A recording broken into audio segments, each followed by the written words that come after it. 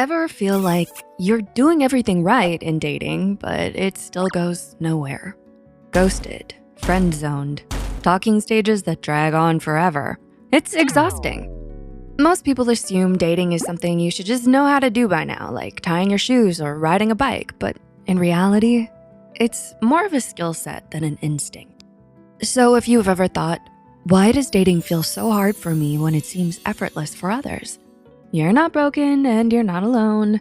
Whether you're new to dating, jumping back in after a break, or simply tired of feeling lost, here are some essential skills that can help you date with more confidence and clarity. Number 1, spotting red and green flags. Let's be real, a lot of heartbreak could have been avoided if we just learned to pay attention early on. But when you're still getting to know someone, their red flags can sometimes be disguised as quirks or hide behind their charm. Did they show up late without acknowledging it? Did they dominate the conversation and never ask you a single follow-up question? Maybe they were rude to the server or made mean jokes about their ex. These are the kinds of subtle red flags you need to look out for. But don't miss the green flags either. Maybe they listened thoughtfully, remembered small details, respected your boundaries, or treated others with kindness. Chemistry might spark the match, but it's these everyday behaviors, both red and green, that reveal whether you're lighting a candle or setting the whole house on fire. Number 2, emotional regulation. We've all been there. Your date takes 3 hours to text back and suddenly you're halfway down the "they don't like me" rabbit hole and wondering where you went wrong. Enter emotional regulation, an underrated dating superpower. Before you can connect with someone else, you need to stay grounded in yourself. Anxiety, overthinking, and fear of rejection can easily hijack your dating life if left unchecked. Studies show that people who can regulate their emotions tend to have more satisfying relationships. They're better at handling conflict, less likely to ghost or lash out, and more resilient when things don't work out. Next time your chest tightens after a late reply, pause. Name the emotion. I'm anxious because I'm afraid they're losing interest. Then reframe it. Their treatment of me doesn't define my worth. This little act of mindfulness keeps you from spiraling and allows you to approach dating with more clarity and self-respect. Number 3, the art of conversations. The heart of dating is conversation. Yet too often, dates stall in small talk or scripted anecdotes. What actually builds connection, according to expert dating coaches, is a balance of curiosity, vulnerability, and genuine listening. Instead of defaulting to, what do you do? Try, what's something you've been excited about lately? Questions like this open doors to story, passion, and playfulness, and they make the other person feel seen.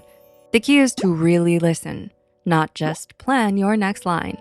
Genuine interest is far more attractive and memorable than the smoothest rehearsed answer. It's what turns a chat into connection. Number 4, rejection resilience.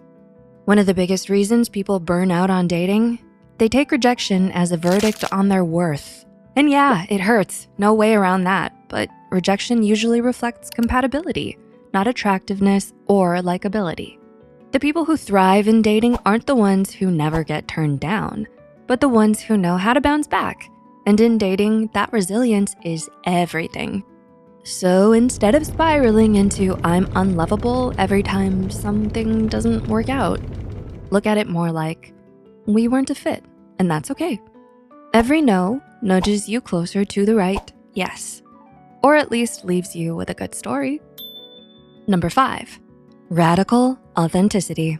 There is nothing more draining than pretending to be someone you're not just to keep a date interested. And the research agrees. Authenticity consistently predicts stronger and healthier relationships. It's the magnet you can't fake. All humans crave authentic connection, but radical authenticity isn't about take me or leave me arrogance. It's about allowing your quirks to filter the right people in and the wrong ones out. People who date authentically tend to build relationships that last because they're not built on performance. Notice the little moments you're tempted to shrink, like hiding a niche hobby or muting your laugh, and let them stand. The right person will lean in, not away. And if they don't, that's your filter doing its job. And finally, number 6, empathy. At the end of the day, most people in dating aren't looking for perfection. They're looking to feel seen. That's where empathy comes in. It's not about having the cleverest responses. It's about asking and listening in a way that shows you genuinely care to understand. And when people feel understood, they feel more connected to you and find your conversations more meaningful. So next time your date shares something, reflect it back.